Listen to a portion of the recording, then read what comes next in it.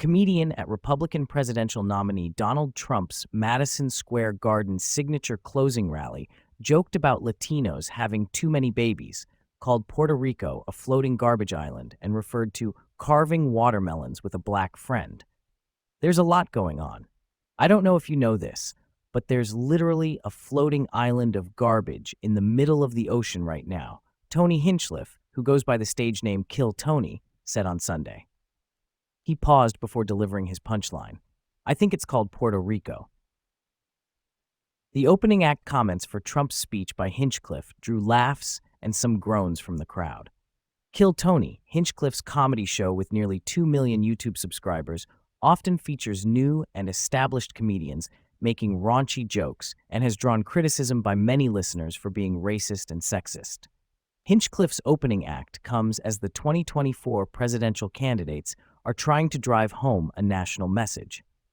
For Trump, that's a headliner event at Madison Square Garden, a world-renowned venue for entertainers.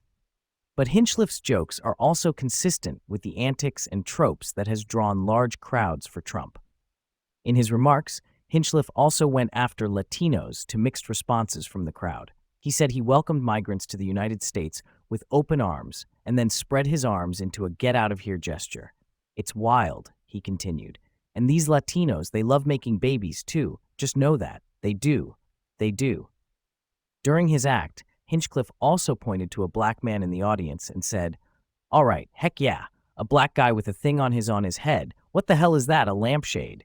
Hinchcliffe said, "Look at this guy. Oh my goodness."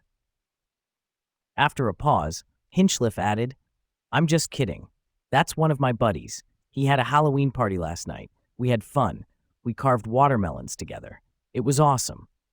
Late Sunday, senior Trump advisor Danielle Alvarez issued a statement saying, "This joke does not reflect the views of President Trump or the campaign," in apparent reference to Hinchcliffe's comment about Puerto Rico. Democratic vice presidential nominee Tim Walz and New York Democratic Rep. Alexandria Ocasio-Cortez, doing live coverage of the rally, criticized Hinchcliffe for his comments. Both said there were hundreds of thousands of Puerto Ricans who live in Pennsylvania and urged them to watch the remarks so they could vote for Harris instead.